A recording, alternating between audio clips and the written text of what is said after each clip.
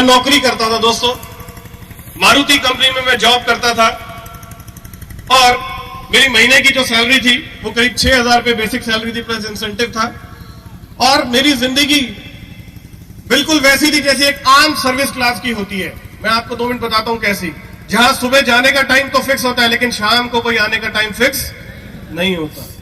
जहां हफ्ते में सिर्फ एक ही दिन का इंतजार होता है, कौन सा? संडे। जहां महीने में 7 तारीख बड़ी अच्छी लगती है क्योंकि हमें 7 तारीख को सैलरी मिलती थी और 7 को जब सैलरी हाथ में आती थी तो 8 तक खाली भी हो जाती थी क्योंकि उतने खर्चे चलते रहते थे। दोस्तों इस तरह की जिंदगी में बिता रहा था। आंखों में सपने बहुत बड़े बड़े थे, बहुत महत्वाकांक्षी था, जिंदगी में कुछ बड़ा करना चाहता था। हमेशा अपने दोस्तों से बात करता था और ये कहता था कि मैं जिंदगी में एक दिन 1 लाख रुपए जरूर कमाऊंगा। मेरा टारगेट था, मेरा ड्रीम था 1 लाख रुपए महीने का कमाना। कमाता 6,000 था लेकिन बात 1 लाख की करता था दोस्तों, क्योंकि सोच बड़ी थी, सपने बड़े थे। कोई पूछता था कैसे होगा, मैं कहता पता नहीं यार लेकिन करूंगा जरूर। मुझे नहीं पता कैसे होगा, मैं नहीं जानता, लेकिन ये जरूर होगा। और दोस्तों मेरी जिंदगी में उस दिन बदलाव आया। उस दिन को मैं हमेशा बड़ा दिन कहता हूं क्योंकि वो मेरे लिए वाकई में बड़ा दिन था जिस दिन मेरे घर की घंटी बजी। शायद आपके फोन की घंटी या घर की घंटी भी बजी होगी, उसी तरह से मेरे साथ भी हुआ। घर पर दोस्तों मेरी घंटी बजी जब मैं नौकरी से वापस लौट के घर था और जब मैंने दरवाजा खोला तो सामने एक शख्स खड़े हुए थे। मेरे बड़े अच्छे दोस्त हैं, हम दोनों इकट्ठे क्रिकेट खेला करते थे, उम्र में मेरे से बड़े हैं इसलिए मैं उन्हें दादा बोलता हूं। उस शख्स का नाम सुनना चाहेंगे? मिस्टर चेतन हांडा। दोस्तों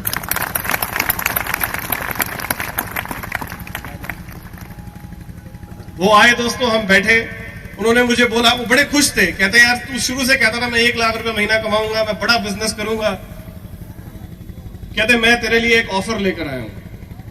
मैंने कहा बताओ दादा क्या? कहते मैंने एक बिजनेस शुरू किया है, एक कंपनी है, उसके प्रोडक्ट्स जो हैं उसकी डिस्ट्रीब्यूटरशिप है, वो मैं ऑफर कर रहा हूं और अगर तू भी करना चाहता है तो उसको ले सकता है और बड़ा पैसा कमा सकता है। तो मैंने कहा डिस्ट्रीब्यूटरशिप लेने के लिए तो बहुत सारा पैसा चाहिए होगा। उन्होंने बोला बहुत सारे पैसे की जरूरत नहीं है, बहुत कम पैसे में काम शुरू हो जाएगा और बहुत अच्छा प्रॉफिट है और जो टारगेट तू सोचता है वो टारगेट यहां से पूरा हो सकता है। तो मैं बड़ा हैरान हुआ। मैंने कहा कैसे? उन्होंने कहा मेरे साथ ऑफिस चल। मेरे और आपके प्रेजेंटेशन देखने में थोड़ा सा फर्क था। आप सब लोगों ने प्रेजेंटेशन राजगीर में या जहां भी आप जिस भी जगह से आए वहां देखी होगी। यस, जब आप प्रेजेंटेशन देखने आए तो ऑफिस में बहुत सारे लोग होंगे, ऐसा ही था। जब मैं प्रेजेंटेशन देखने आया तो ऑफिस खाली था दोस्तों, कोई भी नहीं था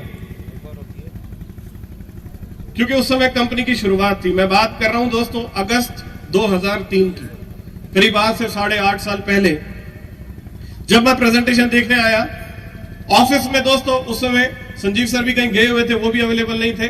2 ही लोग थे, एक मैं और एक चेतन सर। वो बैठे और उन्होंने मुझे टेबल के ऊपर बैठकर इस बिजनेस के बारे में बताना शुरू किया। पहले उन्होंने बताया ट्रेडिशनल मार्केटिंग, नेटवर्क मार्केटिंग का डिफरेंस, फिर उन्होंने इस कंपनी के बारे में बताया, फिर उन्होंने बताया कि इसका क्या भविष्य होगा, आने वाले टाइम पर किस तरह से एक बहुत बड़ा नेटवर्क बनेगा, आप किस तरह बहुत बड़ा पैसा कमाएंगे। ये सारी बातें मुझे पेपर में दिखाई जा रही थी दोस्तों। जब इतने बड़े पैसे की बात हुई तो मैं अभी भी शक में था, मुझे लगा ये कैसे हो सकता है। वहां मुझे पहली बार जिंदगी में यह पता लगा कि बड़ा पैसा कमाने का जो रहस्य है, जो उसकी चाबी है, वो है लेवरेज इनकम। दोस्तों वहां लेवरेज इनकम और लीनियर इनकम का फर्क बताया गया। आपको भी बताया गया होगा। लेवरेज इनकम की कहानी दोस्तों मैंने सुनी और मुझे समझ में आया, यस ये वो जगह है जहां से मैं बड़ा पैसा कमा सकता हूं। और मैं इतना खुश था दोस्तों क्योंकि मुझे लग रहा था ये वो जगह है जो मैं सालों से सोचता था मैं अपना टारगेट पूरा करूंगा, यहां से हो सकता है। मेरी खुशी को देखकर मेरी अपलाइन ने मुझे एक सलाह दी, कहते तू जितना खुश है तुझे एक बात का ध्यान रखना है, एक शब्द का ध्यान रखना। मैंने कहा क्या शब्द है? उन्होंने कहा कंट्रोल। क्या कहा? कंट्रोल। मैंने कहा किस बात का कंट्रोल? कहते इस बिजनेस को अभी तुझे बाहर जाकर किसी को नहीं समझाना। मैंने कहा क्यों? कहते क्योंकि तू ढंग से अच्छे से समझा नहीं पाएगा। मैंने कहा ठीक है दोस्तों। मैं वहां से गया, घर पहुंचा। घर जाने के बाद सबसे पहले मुझे मेरी छोटी बहन मिली। मैं और वो दोस्तों भाई बहन नहीं, हम अच्छे दोस्त भी हैं। हम अपनी दिल की सारी बातें एक दूसरे के साथ शेयर करते थे। उसने मुझे देखा, मैं बड़ा खुश था। कहती क्या बात है भाई, आज बड़ा खुश नजर आ रहा है। मैंने कहा बस बहन, अब हमारे दिन पलटने वाले, आप समझ ले सारे सपने पूरे हो जाएंगे। मैं खुश तो था ही, एक्साइटेड था, 1 लाख रुपए दिमाग में घूम रहा था और वो चीज मेरे चेहरे पे नजर आ रही थी दोस्तों। तो उसने मुझे बोला ऐसा क्या, मुझे बता। तो मैंने उसे बोला बताऊंगा नहीं। उसने कहा क्यों? मैंने कहा मना किया हुआ है। कहती किसने? मैं कहा है, मुझे किसी ने मना किया। कहती एक बात बता, मैं तेरी बहन हूं, तुझे मेरे पे विश्वास नहीं है? उसने मुझे दोस्तों इमोशनल कर दिया, सेंटी कर दिया। तो मैंने फिर उसको बोला मैं एक शर्त पे बताऊंगा। कहती क्या? मैंने कहा तू किसी को नहीं बताएगी, वादा कर। कहती पक्का। अब दोस्तों ऑफिस में मैं जब अपनी अपलाइन के साथ बैठा था, मुझे ये सारा बिजनेस समझने में 3 घंटे लगे अच्छे से। कितनी देर लगी? 3 घंटे। और आप यकीन मानिए, मैं जब घर बैठा और अपनी बहन को समझाया तो 3 मिनट में सब कुछ खत्म हो गया। और 3 मिनट में मोटी मोटी 3-4 बातें मैं उसको समझा पाया। मैंने कहा मैं एक ऑफिस गया था, एक कंपनी है, नाम मुझे याद नहीं, भूल गया था। मैंने कहा वहां करना क्या है? शुरू में कुछ प्रोडक्ट खरीदने हैं, कुछ पैसा लगाया। उसके बाद क्या करना होगा? आपने लोगों को इंट्रोड्यूस करना है। 1 के 4, 4 के 15। प्लान याद था बड़े अच्छे से, क्योंकि पैसे वाली बात मुझे याद रहती है। 1, 4, 15, 45, 90, हजारों, लाखों, हो गया काम।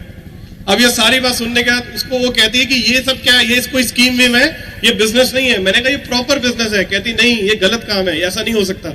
मैंने कहा मैं देख कर आया हूं। कहती है एक बात बता, कितने लोग थे ऑफिस में? मैंने कहा 2। कहती अगर ये काम इतना अच्छा तो खाली ऑफिस क्यों था? उसने मुझे ऐसे बड़े सारे सवाल करने शुरू कर दिया। कहती तूने कितने लोगों को ये पैसा कमाते हुए देखा है? मैंने कहा एक भी नहीं। कहती सोच। कहती इसमें कितने प्रोडक्ट है उस कंपनी के? मैं कहा है 1-2। कहती बता। और तू बातें कर रहा है, खाली ऑफिस, एक आदमी है नहीं, और तू कह रहा है कि ये होगा वो होगा। ये सब बेकार की बात है, मत करना इस काम को। मैंने कहा तू रहने दे, छोड़। और दोस्तों मैं थोड़ी देर के लिए कहीं घूमने चला गया। रात को जब वापस लौटा, मेरे परिवार में दोस्तों हम 4 लोगों का परिवार है था जिस समय मैं इस बिजनेस में आया था। एक मेरे पापा, एक मम्मी, एक मेरी छोटी बहन और मैं, हम 4 लोग थे। रात को इकट्ठे बैठे खाना खाने के लिए। अब खाना खाते हुए मेरे पापा ने मुझे पूछा, बेटा सुना है तू बिजनेसमैन बनने वाला है? जैसे ही उन्होंने ये वाली बात मुझे बोली तो मैंने बड़े गुस्से में अपनी बहन की तरफ देखा। तो वो धीरे से बोली, ज्यादा नहीं, बस थोड़ा सा ही समझाया था।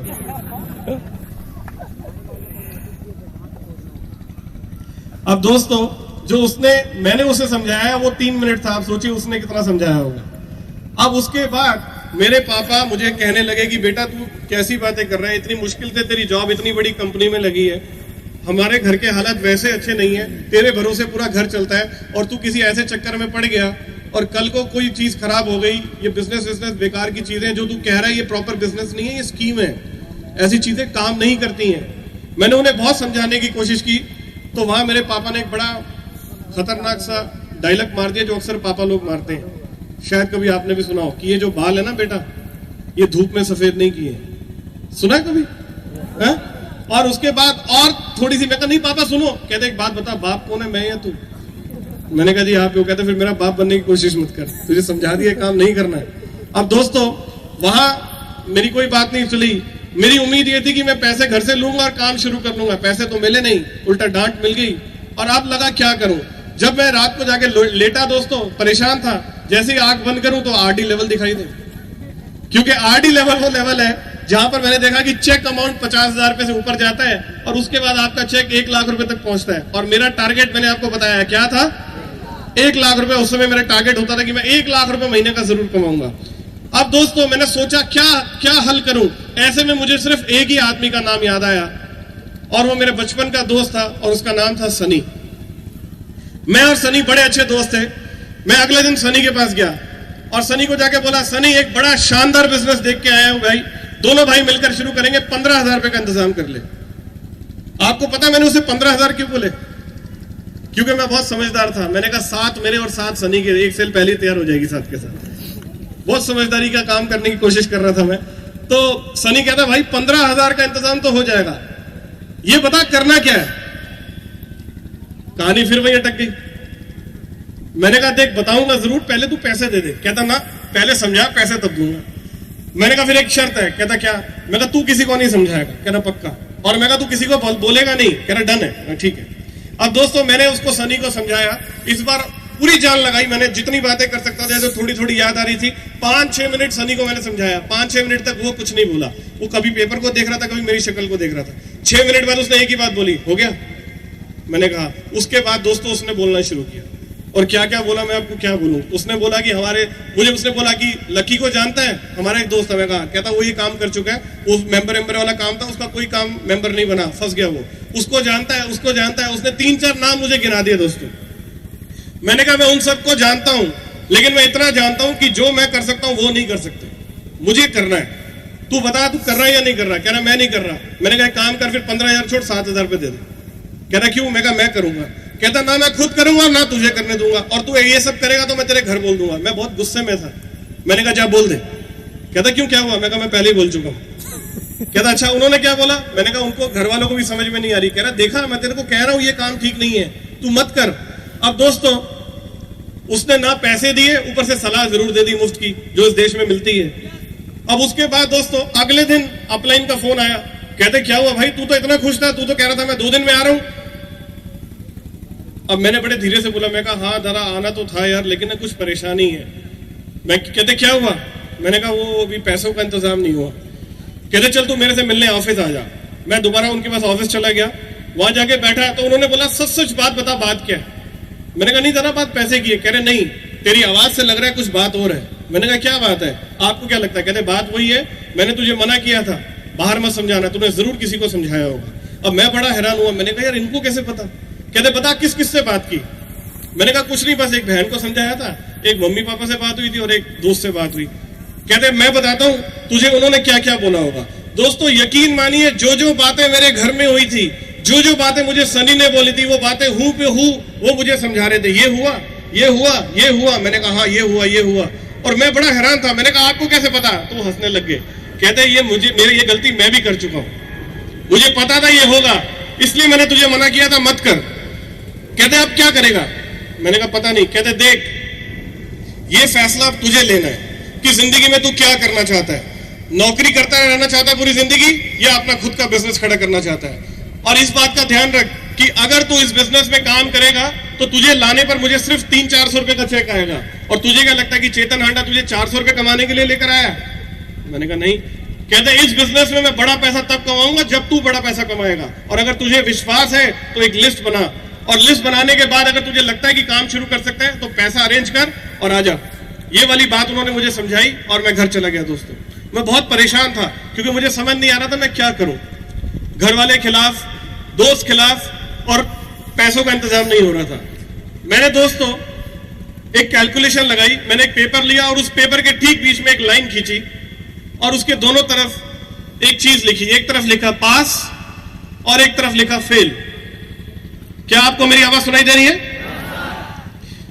फेल की बात मैंने पहले की। मैंने सोचा दोस्तों जिंदगी में अगर आप कभी कोई भी खेल खेलते हैं तो उसके 2 ही रिजल्ट होते हैं, या तो आप जीतते हैं या आप हारते हैं। मैंने कहा अगर मैं इस बिजनेस को भी करता हूं तो 2 ही चीजें होंगी, या तो मैं इस बिजनेस में पास होऊंगा या मैं फेल होऊंगा। मैंने कहा चलो फेल की बात करते हैं। अगर मैं इस बिजनेस में फेल भी होता हूं तो मेरा क्या नुकसान है? हद से हद मैं इस बिजनेस में काम शुरू कर रहा हूं, प्रोडक्ट खरीद कर 7,000 रुपए मैं दूंगा, उतने के ही प्रोडक्ट मैं खरीदूंगा, रिस्क कुछ भी नहीं है। मैं फिर भी ये मान के चलता हूं कि 7,000 रुपए मेरी जेब से लग जाएंगे, यानी मैं ये मान लूंगा कि मेरी 1 महीने की सैलरी इस बिजनेस में लग गई, यानी कि मेरी जिंदगी का 1 महीना मैंने जो पैसा कमाया वो इस बिजनेस में लगा दिया, यानी कि 1 महीना अपनी जिंदगी का मैंने रिस्क पे लगा दिया। यस और नो? अब दोस्तों मैंने बात दूसरी तरफ की, पास की। मैंने कहा अगर मैं इस बिजनेस में पास हो गया तो क्या होगा? मैंने वो बिजनेस प्लान को दोबारा से दोस्तों लिखा, RD level, DD level, GDD level का हिसाब अपने दिमाग से लगाया, और उसके बाद ये देखा दोस्तों कि अगर इस बिजनेस में मैं जीडीडी बन जाता हूं तो मेरी जिंदगी के आने वाले अगले 40 साल सुधर जाएंगे। दोस्तों अगर मैं इस बिजनेस में जीडीडी बन जाता हूं तो मेरे और मेरे परिवार के सारे सपने पूरे होंगे। दोस्तों अगर मैं इस बिजनेस में जीडीडी बन गया तो मुझे वो मिल जाएगा जो नौकरी में कभी नहीं मिल सकता। इसलिए दोस्तों एक तरफ रिस्क था 1 महीने का और एक तरफ रिस्क था 40 साल का। मुझे 40 साल का रिस्क ज्यादा बड़ा लग रहा था दोस्तों, इसलिए मैंने कहा बजाय अपनी जिंदगी के 40 साल रिस्क पे लगाऊं, मैं 1 महीना रिस्क पे लगाऊंगा। और मैंने दोस्तों इसी बात का फैसला करते हुए बाहर से पैसा अरेंज किया और इस बिजनेस में मैंने प्रोडक्ट खरीदे और बिजनेस शुरू किया। दोस्तों मैं अपने आप को बहुत लकी कहता हूं, बहुत सौभाग्यशाली हूं, क्योंकि मुझे जो ट्रेनिंग मिली वो मेरी डायरेक्ट अपलाइन से मिली। दोस्तों mister Sanjeev Chhibber and mister Chetan Handa, इन 2 लोगों ने मुझे डायरेक्टली ट्रेन किया। दोस्तों जब मैं इनके साथ रहता था, इनकी बातें सुनता था, तो इतना मोटिवेट होता था कि मुझे लगता था कि अब तो बस मैं GDDU बन जाऊंगा। ऐसे जब इनके साथ रहता था इतना मोटिवेशन होता था मेरे अंदर, मैं कहता था अब काम करने दो, बस मुझे लोगों को स्पॉन्सर करना है। इन्होंने कहा रुक जा। पहले हफ्ता दोस्तों इन्होंने मुझे कोई गेस्ट इंट्रोड्यूस नहीं करने दिया। रोज बुलाते, कभी बिजनेस का फ्यूचर समझाते, कभी बताते कि क्या होगा आने वाले टाइम पर, कैसे तुझे काम करना है। इन्होंने मेरी लिस्ट की सॉर्टिंग की, सब चीजें समझाई जो एक अपलाइन को करना चाहिए, वो सारे रोल इन्होंने मेरे साथ प्ले किए। उसके बाद इन्होंने मुझे बोला अब तू दोस्तों को लेकर आ। मैं बड़ा खुश था दोस्तों। उसकी वजह थी हम 4 दोस्तों की एक बड़ी अच्छी टीम थी और हम इकट्ठे शाम को मिला करते थे। मैं पिछले 1 हफ्ते से उनसे मिला नहीं था क्योंकि मैं अपनी ट्रेनिंग में और ऑफिस में बिजी था। 1 हफ्ते बाद मैं इस उम्मीद से उनके पास जा रहा था कि मैं कहा अब तो ये सारी सेलें तैयार है, लेकर आऊंगा एक एक करके। हमारा एक जगह होती थी जहां हम इकट्ठे बैठा करते थे। मैं जब वहां पहुंचा तो वहां वो लोग बैठे हुए थे। मेरे जाते ही वो लोग मुझे मिले और सब कहते हैं अच्छा यार मैं जा रहा हूं, सब निकल गए। अगले दिन पहुंचा फिर कोई नहीं मिला, उससे अगले दिन पहुंचा फिर नहीं मिला। मैंने कहा यार अच्छा काम शुरू किया, सारे गेस्ट गायब हो गए। पहले तो रोज मिलते थे, पता नहीं क्या हुआ। मैं अपने एक दोस्त के घर चला गया। जैसे ही उसने दरवाजा खोला कहता तू? मैंने कहा पहली बार थोड़ी देख रहा भाई, मैं ही हूं। कहता आजा भाई। अंदर बैठे दोस्तों, थोड़ी सी बातचीत हुई तो मैंने कहा चलो मैं अब उससे बात करता हूं। बजाय मैं बोलूं उससे पहले उसने बोल दिया, कहता मुझे पता है तू यहां क्यों आया। मैंने कहा क्यों आया हूं? कहता तू किसी कंपनी की बात करने के लिए आया। मैंने कहा कौन सी कंपनी? कहता है कोई कंपनी जिसमें मेंबर बनाते हैं और तू मुझे इसलिए बुलाने आया है कि मैं तेरे साथ चलूं और काम देखूं।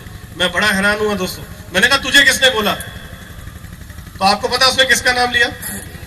सनी का। क्या बात है, आप तो बड़े समझदार हैं दोस्तों। अब जो मेरी उम्मीद थी दोस्तों, उस उम्मीद के खिलाफ सब कुछ हुआ क्योंकि सनी ने इतने अच्छे से सबको समझाया था कि आप सोच भी नहीं सकते। वो सबके सब इतने सुपर डुपर इस बिजनेस को लेकर नेगेटिव थे कि उन्होंने बोला कि हम इस काम को तेरे साथ नहीं करेंगे। मैंने कहा करना मत, चल के देख तो लो। कह रहे भाई देखने भी नहीं जाएंगे, नहीं करेंगे। और एक दोस्त ने तो बड़ी खराब बात बोल दी। उसने बोला एक बात बता, अगर तू कहीं फंस गया है और तुझे किसी को फंसाना ही है तो किसी बाहर वाले को फंसा, हम तो तेरे अपने दोस्त हैं यार, हमें क्यों फंसा रहा है। मुझे बात दोस्तों बड़ी बुरी लगी। खैर उन्होंने किसी ने भी मेरे साथ इस बिजनेस को देखने के लिए हाथ तो नहीं की, लेकिन उस दिन से मेरे उन सारे दोस्तों ने मेरा ख्याल रखना बहुत ज्यादा शुरू कर दिया। आप सबका भी ख्याल ऐसे बड़े सारे लोग रखते होंगे। हेलो, अभी बताता हूं कैसा ख्याल। सुबह घर से मैं नीचे उतरा, सब मेरे घर के आसपास ही रहते थे। टाई लगाया करता था मैं उस समय भी, टाई लगाई, अपने स्कूटर पे मैं चलने लगा। पूरे के जो दोस्त थे सारे के सारे मेरे आगे आगे। कहते कहां जा रहे भाई? मैंने कहा ऑफिस जा रहा हूं। अच्छा बिजनेस कर रहा है? मैं कहा हाँ। और कितने मुर्गे फंसाए अभी तक? मैंने कहा मुर्गे नहीं फंसाता। कहते हमें सब पता क्या करता है। फिर उनमें से एक आधे ने पकड़ के टाई को खींचना शुरू कर दिया। कहता ये क्या लगा रखा है? इस तरह की हरकतें करनी शुरू कर दी जो दोस्त करते हैं आपस में। उसके बाद दोस्तों ऑफिस में जाता था, संजीव सर से मिलता था, पूछते थे और कैसा है? सर बिल्कुल ठीक। और काम हो रहा है? मैं कहा हाँ सर। जब ये बोलते मैं जब जाता था तो ये सोच के जाता था कि आज जाकर अपनी अपलाइन को बोलूंगा कि ये प्रॉब्लम है, मैं अप्रोच नहीं कर पा रहा, ये दिक्कत आ रही है। दुनिया भर की 10 दिक्कतें मेरे मन में होती थी। लेकिन जैसे ही ऑफिस में पहुंचता था, संजीव सर और चेतन सर से मिलता था, इनके मुस्कुराते हुए चेहरे, और ये कहते और कैसा है? मैं सर बिल्कुल ठीक। कोई दिक्कत? कोई दिक्कत नहीं। सब ठीक है? हाँ सर सब ठीक है। और जब चले आते थे मैं कहता यार दिक्कत है तो सही है। लेकिन अपलाइन में इतनी एनर्जी होती थी दोस्तों, इनके चेहरे और इनका ऑरा इतना ज्यादा पॉजिटिव होता था कि जब ये कहते थे और सब ठीक है सर, कोई दिक्कत नहीं है। अब दोस्तों वापस घर लौटता था, फिर मिल जाते थे घर के नीचे, और कितने फंसाए, आज क्या हुआ, पूरा ख्याल रखते थे दोस्तों। रही सही कसर घर वालों को भी पता लग गया था। जब घर पहुंचता था, खाने में बैठा हूं, आवाज आ रही है और करोड़पति कैसा चल रहा है तेरा बिजनेस? दोस्तों यकीन मानिए कई बार तो इतना गुस्सा आता था कि खाने के टेबल से उठ जाता था, खाना छोड़ देता था। कई बार बहस हो जाती थी और परेशान हो जाता था। एक दिन मैंने परेशान होकर अपनी अपलाइन को फोन कर दिया सर को। मैंने कहा सर यार ये क्या बिजनेस शुरू किया है, रोज घर में झगड़ा होता है। कहते एक काम कर, कल मेरे घर आ, तब तुझे बात करता हूं तेरे से। उन्होंने दोस्तों मुझे अपने घर बुलाया। अगले दिन मैं अपनी अपलाइन के घर चला गया। घर पे चेतन सर के पापा थे, वो आर्मी से रिटायर्ड है। मैं गया और मैंने जाके उनको उनके चरण स्पर्श किए। पंजाबी में बोलते हैं पैरी बना। मैं कहा बाजी पैरी बना। उन्होंने आशीर्वाद दिया और देखा कि टाई लगी हुई है बस। कहते तू भी फंस गया? मैंने कहा जी। कह रहे जी के बच्चे, तू तो समझदार था, तू भी इसके साथ लग गया। उसके बाद मैं सिर्फ बाबूजी की बात सुनता रहा। वो 20-25 मिनट तक बोलते रहे और मैं जी बाबूजी जी बाबूजी जी बाबूजी करता रहा। और मैंने बात सुनते सुनते जब हल्का सा पीछे मुड़ के देखा तो चेतन सर कोने पे खड़े होकर हंस रहे थे। जब मैं वहां से निकला और चेतन सर के पास गया, मैं कहा सर ये क्या था? कह रहे तेरे को क्या लगता है तेरे घर में दिक्कत है? कहते घर घर की कहानी है भाई। कहते तेरे को इसलिए मैंने घर बुलाया था कि मेरे साथ तेरे साथ नहीं है, मेरे साथ भी है भाई। कहते ये कहानी, मैं कहा ये कब तक चलेगी? कहता अभी तो फिलहाल ये मान के चल कि ये माता रानी का प्रसाद है, ले ले अभी फिलहाल इसको प्रसाद समझ के ले ले। मैं कहा ठीक कब होगी? कहता जब हम अपने आप को साबित करेंगे, जब तू आरडी बनेगा, तेरा चेक आएगा, ये सब कुछ ठीक हो जाएगा, अपने आप को साबित करना है तुझे उसके लिए। मैंने कहा ठीक है दोस्तों। मैंने अपना पहला गेस्ट इस बिजनेस में इंट्रोड्यूस करने के लिए अपने घर बुलाया, उसका नाम था मनप्रीत। और वो मेरे पास आया था, वो मेरे से मिला करता था। उसने मुझे बोला कि मुझे बिजनेस शुरू करना है, मेरे पास 1 लाख रुपए है, बता क्या करूं? मैंने कहा तू मेरे साथ मेरे ऑफिस चल, मैंने एक नया बिजनेस शुरू किया, उसमें पैसा लगा के तू अच्छा पैसा कमा सकता है। वो अगले दिन मेरे घर आया, हम घर से दोस्तों चलने लगे। मेरा जो स्कूटर था बजाज सुपर, मेरे पास स्कूटर होता था, और मेरे दोस्तों ने उस स्कूटर का नाम रखा हुआ था उड़न खटोला, उसको मजाक उड़ाया करते थे उसका वो। और जैसे स्कूटर पे मनप्रीत को बिठाया और हल्का सा आगे चला तो रास्ते में सनी और पूरी की पूरी गैंग खड़ी हुई थी। उन्होंने मुझे रोक दिया, रुक जा रुक जा, कहां जा रहा है? मैंने कहा यार लेट हो रहा हूं, ऑफिस जा रहा हूं। अरे भाई बहुत बड़ा बिजनेसमैन है, 2 मिनट हमसे तो बात कर ले। मैंने कहा जी बोलो। कहते चल छोड़, ये बता ये कौन है? मैंने कहा ये मेरा दोस्त है, इसको भी ले जा रहा है? मैंने कहा हाँ। वहीं पे? मैंने कहा हाँ। उसको कहते हैं भाई साहब आप तो गए काम से।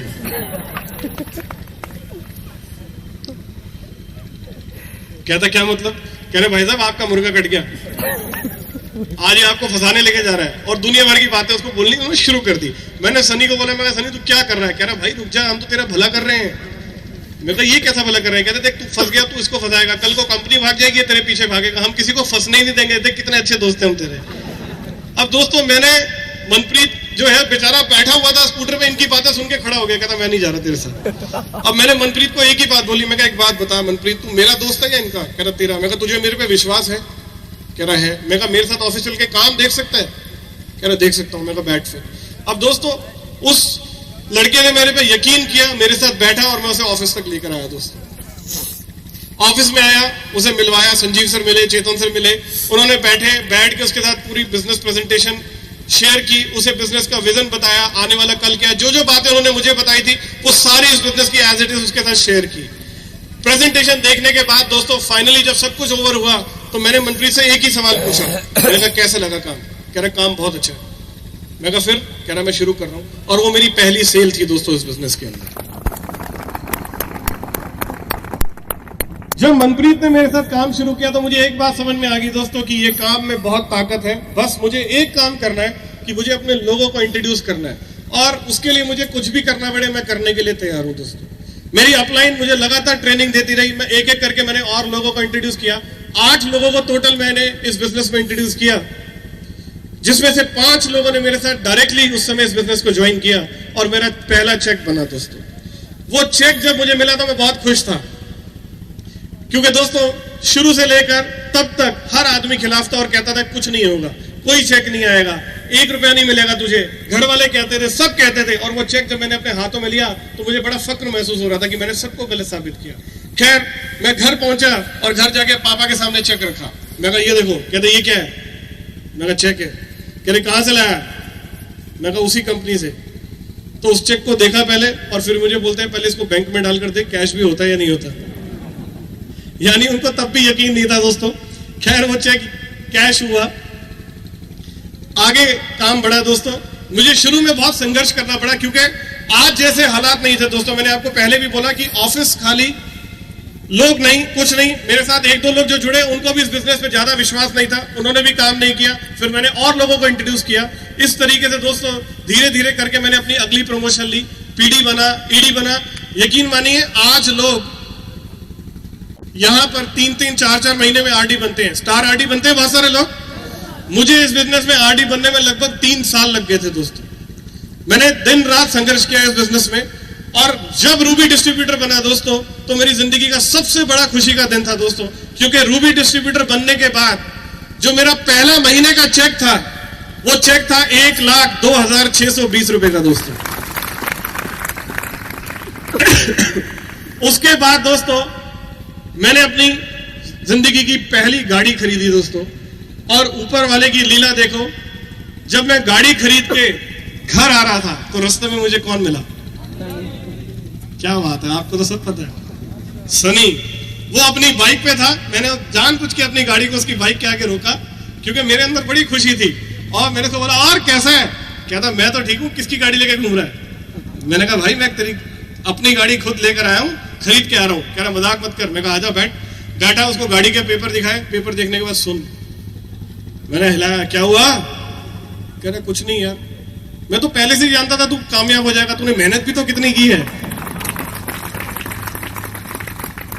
अब दोस्तों उसके बाद जब चेक आने शुरू हुए तो एक दिन मेरे पापा ने मुझे बुलाया, कह रहे इधर। मैं कहा हाँ जी। कह रहे जरा अपनी बहन को भी दिखा इस बिजनेस को, वो भी कर सकती है क्या? मैंने कहा अच्छा दिखाता हूं। मैंने दोस्तों अपनी सिस्टर को प्रेजेंटेशन दिखाई, उसको भी ज्वाइन कराया, वो भी आज इस बिजनेस में रूबी डिस्ट्रीब्यूटर लेवल पर है। उसके बाद पापा को पूरा बिजनेस समझाया, उन्होंने मम्मी को भी ज्वाइन कराया इस बिजनेस के अंदर, और आज जब भी घर से निकलता हूं तो आशीर्वाद देते कहते जा बेटा बड़ा अच्छा काम कर रहा है, मेरा आशीर्वाद तेरे साथ है। अगर पैसे की दोस्तों बात करूं तो मैं यकीन मानिए जो ड्रीम 1 लाख का था, अगर मैं आज बात करूं दोस्तों उस ड्रीम की, तो जो 1 लाख रुपए का ड्रीम था मेरा कमाने का, आज महीने का मैं उससे ज्यादा टैक्स देता हूं दोस्तों, हर महीने। यानी उतना पैसा सरकार के पास टैक्स का जाता है, उससे ज्यादा ही दोस्तों। जो ड्रीम किसी समय कमाने का था, आज वो टैक्स भरता हूं। अगर बात करूं वो उड़न खटोला जो मेरा स्कूटर था, वो गाड़ी में बदल चुका है। आज मेरे और मेरी वाइफ के पास अपनी अलग अलग गाड़ियां हैं। उस समय जिस घर में हम रहते थे वो अपना नहीं था। आज दिल्ली में अपना खुद का घर खरीदा है दोस्तों, अपना जो एक सपना था वो भी पूरा किया। उस सरबजीत और इस सरबजीत में जमीन आसमान का फर्क है। मैंने आपको पहले भी बताया कि जब पहली बार स्टेज में बोलने का मौका मिला था तो बात नहीं की जाती थी। आज कहता हूं लाखों करोड़ों में खड़ा कर दो, फर्क नहीं पड़ता। ये फर्क ग्लेज ने पैदा किया मेरे अंदर दोस्तों। वो सरबजीत और अब में जमीन आसमान का फर्क है दोस्तों। लेकिन ये कैसे हुआ, और अगर आप भी यहां तक पहुंचना चाहते हैं तो उसके लिए आपको क्या करना होगा? क्या ये सीखना चाहेंगे आप लोग? आप में से कितने लोग हैं जो ग्लोबल डायमंड डिस्ट्रीब्यूटर बनना चाहते हैं? मुझे पता है सबका जवाब होगा यस, सब बनना चाहते हैं ग्लोबल डायमंड, राइट। मैं आपको कामयाबी के कुछ स्टेप्स बताने वाला हूं, ध्यान से सुनिएगा दोस्तों उसको। सबसे पहला स्टेप, जब आप इस बिजनेस में आए तो एक लिस्ट बनाएं, और लिस्ट कोई छोटी नहीं, जितनी लंबी आपकी लिस्ट बन सकती है उतनी लंबी लिस्ट बनाएं, क्योंकि जितना बड़ा आपका लिस्ट होगी उतना ही बड़ा चेक आपका इस बिजनेस में होगा। अगर आप इस बिजनेस में धीरे धीरे जीडीडी बनना चाहते हैं तो 100 लोगों की लिस्ट बहुत